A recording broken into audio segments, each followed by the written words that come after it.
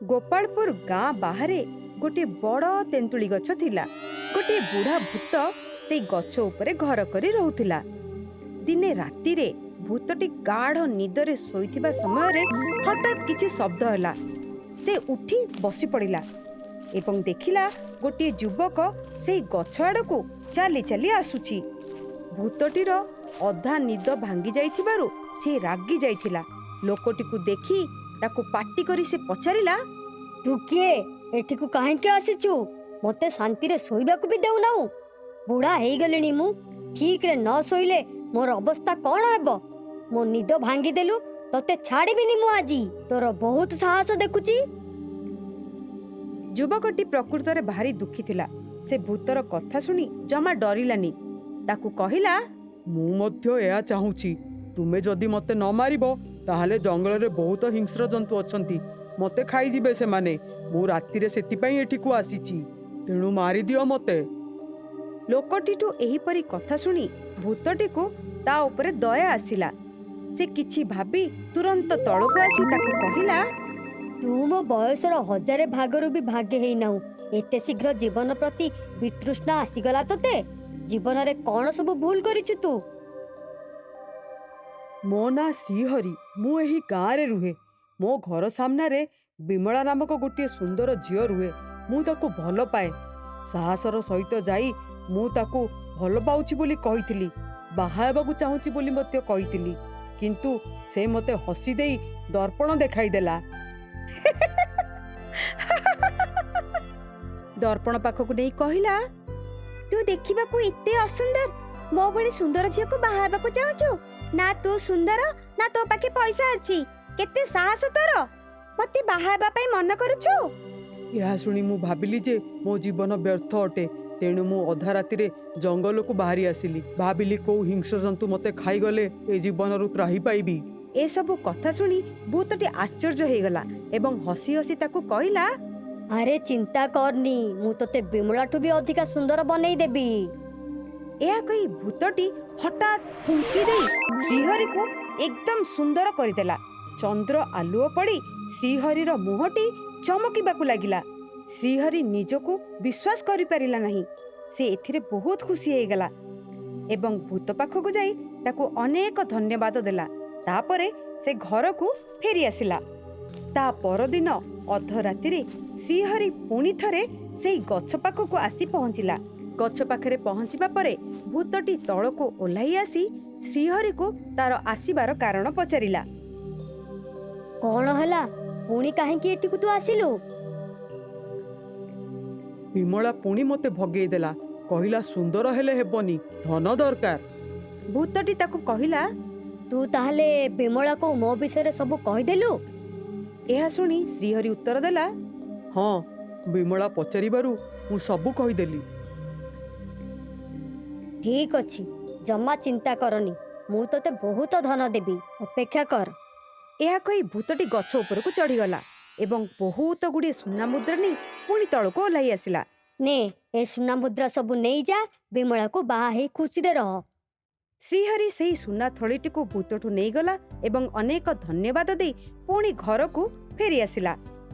ତା ପରଦିନ ପୁଣି ରାତି ହେଲା। ଶ୍ରୀହରି ପୁଣି ଥରେ ଯାଇ ସେଇ ଗଛ ପାଖରେ ପହଞ୍ଚିଲା। ଆରେ ମୁଁ ତ କିଛି ବୁଝିପାରୁନି, ତୁ ବାରମ୍ବାର କାହିଁକି ଆସୁଛୁ? ବିମଳା ତତେ ସତରେ ବାହା ହେବାକୁ ଚାହୁଁଛି ନା ନାହିଁ? ତୋ ଲାଗି ମୁଁ ରାତିରେ ଶୋଇପାରୁନାହିଁ। ସେ ବିମଳାକୁ ଆହୁରି କ'ଣ ଦରକାର? ତୋର ସୁନ୍ଦରତା ଆଉ ଧନକୁ ନେଇ ଏବେ ବି ସେ ଖୁସି ନାହିଁ? ଶ୍ରୀହରି ମନ ଦୁଃଖରେ କହିଲା, ବିମଳା କହୁଛି କେବଳ ସୁନ୍ଦରତା ଆଉ ଧନ ଯଥେଷ୍ଟ ନୁହେଁ। ତାକୁ ରକ୍ଷା କରିବା ପାଇଁ ମୋତେ ବୁଦ୍ଧିମାନ ହେବା ଆବଶ୍ୟକ। ମୋର ସେତିକି ବୁଦ୍ଧି ଅଛି କି ନାହିଁ ସେ ପଚାରିଲା। ମୋତେ ଲାଗୁଛି ବିମଳା ଭାରି ଚାଲାକ। ଟିକେ ରହ। ଏହା କହି ଭୂତଟି ଗଛ ଉପରକୁ ଚଢ଼ିଯାଇ ଶ୍ରୀହରି ଉପରକୁ ବହୁତ ଗୁଡ଼ିଏ ପତ୍ର ପକାଇଲା। ଏହାପରେ ଶ୍ରୀହରି ପୁରା ବଦଳିଗଲା। ତାକୁ ଲାଗିଲା ସେ ବୁଦ୍ଧିମାନ ପାଲଟି ଯାଇଛି। ତାପରେ ସେ ପୁଣି ଥରେ ଭୂତଟିକୁ ଧନ୍ୟବାଦ ଦେଲା। ମୁଁ ତୁମ ଉପକାର ଜୀବନ ସାରା ଭୁଲି ପାରିବି ନାହିଁ। ତୁମକୁ ଆଉ ଅଧା ରାତିରେ ହଇରାଣ କରିବି ନାହିଁ। ଏହା କହି ଶ୍ରୀହରି ସେଠାରୁ ଚାଲିଗଲା। ତା ପରଦିନ ରାତିରେ ବିମଳା ସେଇ ଗଛ ଆଡ଼କୁ ଆସି ପହଞ୍ଚିଲା। ଭୂତଟି ତାକୁ କହିଲା, ମୁଁ ଜାଣିଥିଲି ତୁ ନିଶ୍ଚୟ ଏଠିକୁ ଆସିବୁ। କ'ଣ ଦରକାର ତୋର? ଶ୍ରୀହରିକୁ ତୁମେ ପୁରା ବଦଳେଇ ଦେଇଛ। ସେ ପୁରାପୁରି ବଦଳି ଯାଇଛି, କିନ୍ତୁ ସେ ଆଜି ମୋ ସହିତ କଥାବାର୍ତ୍ତା କଲା ନାହିଁ। ସେ ମୋ ପାଖକୁ ଆସିଲା ମଧ୍ୟ ନାହିଁ। ସେ ସମସ୍ତଙ୍କୁ କହିଲା ଯେ ସେ ସହର ଯାଇ ବ୍ୟବସାୟ କରିବ। ସେ ମୋତେ ନ ବାହା ହେଇ ଆଉ ଏକ ସୁନ୍ଦରୀ ଝିଅକୁ ବାହା ହେବ। ତୁମେ ଦୟାକରି ତାକୁ ପୁଣି ପୂର୍ବାବସ୍ଥାକୁ ନେଇ ଆସ। ଆମ ବାହାଘର କରାଇ ଦିଅ, ନହେଲେ ମୋ ଜୀବନ ବ୍ୟର୍ଥ ହେଇଯିବ। ମୁଁ ତାଙ୍କୁ ବହୁତ ଭଲ ପାଏ, ମୋ ଉପରେ ଦୟା କର। ଭୂତଟି ଏହା ଶୁଣି ହସି କହିଲା, ଶ୍ରୀହରି ପୂର୍ବର ଆଉ ଶ୍ରୀହରି ନୁହଁ, ସେ ପୁରା ବଦଳି ଯାଇଛି। ସେ ବର୍ତ୍ତମାନ ତୋ ଠାରୁ 10 ଗୁଣ ଅଧିକ ସୁନ୍ଦର, 10 ଗୁଣ ଅଧିକ ଜ୍ଞାନୀ ଅଟେ। ଭଲ ମନ୍ଦ ସବୁ କିଛି ସେ ବୁଝିପାରୁଛି। ତା ପାଖରେ ଏବେ ବହୁତ ଭଲ ଗୁଣ ଅଛି। ସେ ତତେ କାହିଁକି ବାହା ହେବ? ସେ ତୋ ଠାରୁ ସୁନ୍ଦରୀ, ତୋ ଠାରୁ ବୁଦ୍ଧିମତୀ ଝିଅକୁ ବର୍ତ୍ତମାନ ବାହା ହେଇପାରିବ। ତୋର ଲୋଭ ଗୁଣ ଯୋଗୁଁ ଏହି ସବୁ ହେଲା। ତୁ ଯଦି ଲୋଭ କରିନଥାନ୍ତୁ ତାହେଲେ ସେ ପୂର୍ବ ଭଳି ଥାଆନ୍ତା। ସେ ଏଭଳି ବଦଳିବାକୁ ଚେଷ୍ଟା କରିନଥାନ୍ତା। ବର୍ତ୍ତମାନ ତୁ ତୋର ଭୁଲ ସୁଧାରି ନେ। ଏହା କହି ଭୂତଟି ଚାଲିଗଲା। ବିମଳା ନିଜର ଭୁଲ ବୁଝିପାରି ଘରକୁ ଫେରି ଆସିଲା। ଥରେ ଗୋଟିଏ ଜଙ୍ଗଲରେ ଗୋଟିଏ ବରଗଛ ଉପରେ ଏକ ଭୂତ ବାସ କରୁଥିଲା। ସେ ଜଙ୍ଗଲ ରାସ୍ତାରେ ଏବଂ ତା ଗଛ ପାଖ ଦେଇ ଯିଏ ବି ଯାଉଥିଲା ତାକୁ ମାରି ଦେଉଥିଲା। ଦିନେ ଗୌତମ ଋଷି ସେହି ରାସ୍ତା ଦେଇ ଯାଉଥିଲେ। ସେ ଯେତେବେଳେ ବରଗଛ ପାଖରେ ପହଞ୍ଚିଲେ, ଭୂତ ତାଙ୍କ ଆଡ଼କୁ ଡେଇଁ ପଡ଼ିଲା। ଗୌତମ ଋଷି ରାଗି ଯାଇ ବିରକ୍ତ ହୋଇ ଭୂତଟିକୁ କହିଲେ, ତୁ ମୋତେ ଚିହ୍ନି ନାହୁଁ, ମୁଁ ତୋତେ ଭସ୍ମ କରିଦେବି। କିନ୍ତୁ ମୁଁ ମୋର ଶକ୍ତି ଅଯଥା ବ୍ୟୟ କରିବା ପାଇଁ ଚାହୁଁନି। ଚାଲିଯା ଏଠୁ।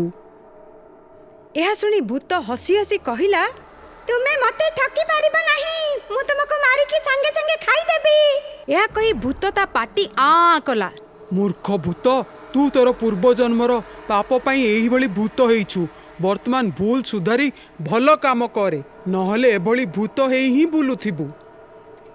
ଭୂତ ଏହା ଶୁଣି ଚିନ୍ତାରେ ପଡ଼ି କହିଲା, ହେ ସାଧୁ, ଏହି ଭୂତ ଜନ୍ମରୁ କେମିତି ମୁକ୍ତି ପାଇବ ମୋତେ ବତାଅ ନା। ଗୌତମ ଋଷି ଭାବିଲେ ଯେ ଏହି ଭୂତ ମଣିଷମାନଙ୍କୁ ଖାଇଯାଉଛି। ମୁଁ ଯଦି ତାକୁ ଏହା ନ କରିବା ପାଇଁ କହିବି, ତାର ଏହି ଅଭ୍ୟାସ ଏତେ ଶୀଘ୍ର ଯିବ ନାହିଁ। ସେ ଅଳ୍ପ ସମୟ ପାଇଁ କିଛି ଭାବି ତାକୁ କହିଲେ, ଏବେଠୁ ତୁ କେବଳ ଭଲ ଲୋକଙ୍କୁ ହିଁ ଖାଇବୁ, ଖରାପ ଲୋକଙ୍କୁ ଛାଡ଼ିଦେବୁ। ଯଦି ଏହା କରିବୁ ତୋର ସବୁ ପାପ ଧୋଇ ହେଇଯିବ। ବୁଝିଲୁ ତ? ଏହା ଶୁଣି ଭୂତଟି ଋଷିଙ୍କୁ ପଚାରିଲା, କିନ୍ତୁ କିଏ ଭଲ ଲୋକ କିଏ ଖରାପ ଲୋକ ମୁଁ କେମିତି ଜାଣିବି? ଗୌତମ ଋଷି କହିଲେ, ମୁଁ ତୋତେ ଗୋଟିଏ ହାର ଦେଉଛି। ତୁ ଏହି ହାରଟି ନିଜ ଗଳାରେ ପିନ୍ଧିବୁ। ତୁ ଯଦି କୌଣସି ଲୋକକୁ ଛୁଇଁବୁ, ସେ ଲୋକ ଯଦି ଭଲ ହେଇଥିବ ତାହେଲେ ହାରଟି ସବୁଜ ରଙ୍ଗର ହେଇଯିବ। ଯଦି ଲୋକଟି ଖରାପ ହେଇଥିବ ତାହେଲେ ହାରଟି ଲାଲ ରଙ୍ଗ ହେଇଯିବ। ଏହା କହି ଗୌତମ ଋଷି ଭୂତକୁ ଗୋଟିଏ ହାର ଦେଲେ। ହାରଟି ଭୂତଟି ପିନ୍ଧିଲା ଏବଂ ବହୁତ ଖୁସି ହେଇଗଲା। କିନ୍ତୁ ସେ ପ୍ରଥମେ ଯାଇ ଗୌତମ ଋଷିଙ୍କୁ ହିଁ ଛୁଇଁଦେଲା। ହାରଟି ସାଙ୍ଗେ ସାଙ୍ଗେ ଲାଲ ରଙ୍ଗ ହେଇଗଲା। ଭୂତ ଏଥିରେ ଆଶ୍ଚର୍ଯ୍ୟ ହେଇ କହିଲା, ଆରେ ତୁମେ ତ ଭଲ ମଣିଷ ନୁହଁ। ଏହା କହି ଭୂତଟି ସେଠାରୁ ଚାଲିଗଲା। କିନ୍ତୁ ଗୌତମ ଋଷି ଗୋଟିଏ କଥା ପାଇଁ ଚିନ୍ତିତ ହେଇଗଲେ। ସେ ଭାବିଲେ, ମୁଁ ଭୂତକୁ ଏପରି ପ୍ରସ୍ତାବ ଦେଇ ଭୁଲ କରିଛି। ଏଭଳି କାମ ମୋର କରିବା ଉଚିତ ନଥିଲା। ଏହା ଭାବି ଗୌତମ ଋଷି ତାଙ୍କ ଗୁରୁଙ୍କ ପାଖରେ ଯାଇ ପହଞ୍ଚିଲେ ଏବଂ ପୁରା ଘଟଣା ବର୍ଣ୍ଣନା କରି କହିଲେ, ତୁମେ ମୋଟେ ବ୍ୟସ୍ତ ହୁଅ ନାହିଁ। ପାଖରେ ଥିବା ଅର୍ଦ୍ଧଗିରି ଗାଁକୁ ଯାଇ ସାରଙ୍ଗ ପାଣି ବୋଲି ଲୋକକୁ ଭେଟି ଏହି କଥାକୁ କୁହ। ସେ ତୁମର ସବୁ ସଂଶୟ ଦୂର କରିଦେବ, ସମାଧାନର ବାଟ ମଧ୍ୟ ବତେଇଦେବ। ଗୁରୁଙ୍କ ଆଦେଶ ଅନୁଯାୟୀ ଗୌତମ ଋଷି ଅର୍ଦ୍ଧଗିରି ଗାଁକୁ ଯାଇ ସାରଙ୍ଗ ପାଣିକୁ ଭେଟିଲେ। ସାରଙ୍ଗ ପାଣି ଏକ ସାଧାରଣ ଲୋକ ଭଳି ଦେଖାଯାଉଥାଏ। ଗୌତମ ଋଷି ତାକୁ ବିଶ୍ୱାସ କରିପାରିଲେ ନାହିଁ। ଗୌତମ ଋଷି ସାରଙ୍ଗ ପାଣିକୁ ଭେଟି ସବୁ କଥା ପୂରାପୂରି କହିଲେ। ଗୌତମ ଋଷିଙ୍କଠୁ ସବୁ କଥା ଶୁଣିସାରିବା ପରେ ସାରଙ୍ଗ ପାଣି ତାଙ୍କୁ କହିଲେ ଯେ, ତୁମେ ଏକ ବିରାଟ ଭୁଲ କରିଦେଇଛ। ତୁମେ ସେ ଭୂତକୁ ମଣିଷଙ୍କୁ ଖାଇବା ପାଇଁ କହିଛ। ଏହି ଦୁନିଆରେ ଭଲ ଲୋକ ବହୁତ କମ୍ ଅଛନ୍ତି। ସେ ଭୂତ ଭଲ ଲୋକଙ୍କୁ ଖାଇଦେବ। ଯଦି ସେ ଭଲ ଲୋକଙ୍କୁ ଖାଇଦେବ ତାହେଲେ ସଂସାରରେ କେବଳ ମନ୍ଦ ଲୋକ ହିଁ ରହିଯିବେ। ସଂସାରର ରକ୍ଷା ତାହେଲେ କିଏ କରିବ? ଗୌତମ ଋଷି ଏହା ଶୁଣି ସାରଙ୍ଗ ପାଣିକୁ କହିଲେ, ତୁମେ ଯାହା କହୁଛ ତାହା ପୁରାପୁରି ଠିକ୍। ମୁଁ ଭୁଲରେ ଭୂତକୁ ଏହି ଉପାୟ ବତାଇଛି। ବର୍ତ୍ତମାନ ସମାଧାନର ବାଟ କୁହ।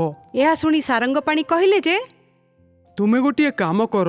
ତୁରନ୍ତ ଯାଇ ସେହି ଭୂତକୁ କୁହ ଯେ ସବୁଜ ଏବଂ ଲାଲ ରଙ୍ଗକୁ ନେଇ କିଛି ଭୁଲ ହେଇଯାଇଛି। ତାକୁ କୁହ ଯେ ଭଲ ଲୋକଙ୍କୁ ଛୁଇଁଲେ ସେହି ହାରଟି ଲାଲ ରଙ୍ଗ ହେଇଯିବ ଏବଂ ଖରାପ ଲୋକଙ୍କୁ ଛୁଇଁଲେ ହାରଟି ସବୁଜ ରଙ୍ଗ ହେଇଯିବ। ଏହାପରେ ଗୌତମ ଋଷି ଭୂତ ପାଖରେ ପହଞ୍ଚି ସେଇ କଥାକୁ କହିଲେ। ହଁ, ମୁଁ ସେଇଆ ଭାବୁଛି, ଏତେବେଳେ ଯାଏ କାହିଁକି ଖରାପ ଲୋକଟିଏ ପାଇପାରିଲି ନାହିଁ, ଏବେ ବୁଝିଲି। ଏହା କହି ଭୂତଟି ଗୌତମ ଋଷିଙ୍କୁ ଛୁଇଁଦେଲା। ସେ ସମୟରେ ଭୂତର ଗଳାର ହାରଟି ସବୁଜ ରଙ୍ଗର ହେଇଗଲା। ଭୂତ ଆଶ୍ଚର୍ଯ୍ୟ ହୋଇ ଗୌତମ ଋଷିଙ୍କୁ କହିଲା, ଆରେ ଏହା ସବୁଜ ରଙ୍ଗ କେମିତି ହେଲା? ତାହେଲେ ତମେ ଭଲ ମଣିଷ ନୁହଁ? ଭୂତଟି ଗୌତମ ଋଷିଙ୍କୁ ଏହା ପଚାରିଲା। ତୁ ଯଦି ଭଲ ମଣିଷଙ୍କୁ ଖାଇଥାନ୍ତୁ ତାହାଦ୍ୱାରା ମୋତେ ବହୁତ ପାପ ଲାଗିଥାନ୍ତା। ଏହା ଶୁଣି ଭୂତ ଗୌତମ ଋଷିଙ୍କୁ ନ ମାରି ସେଠାରୁ ଚାଲିଗଲା। ଗୌତମ ଋଷି ସାରଙ୍ଗ ପାଣିର କଥାର ସାରମର୍ମକୁ ବୁଝିପାରିଲେ। ସେବେଠୁ ଭୂତଟି ଭଲ ଲୋକଙ୍କୁ ଖୋଜୁଥିଲା, କିନ୍ତୁ ତାକୁ ଗୋଟିଏ ମଧ୍ୟ ଭଲ ଲୋକ ମିଳିଲେ ନାହିଁ। Please watch and subscribe to our channel and don't forget to tap the bell icon. Thank you.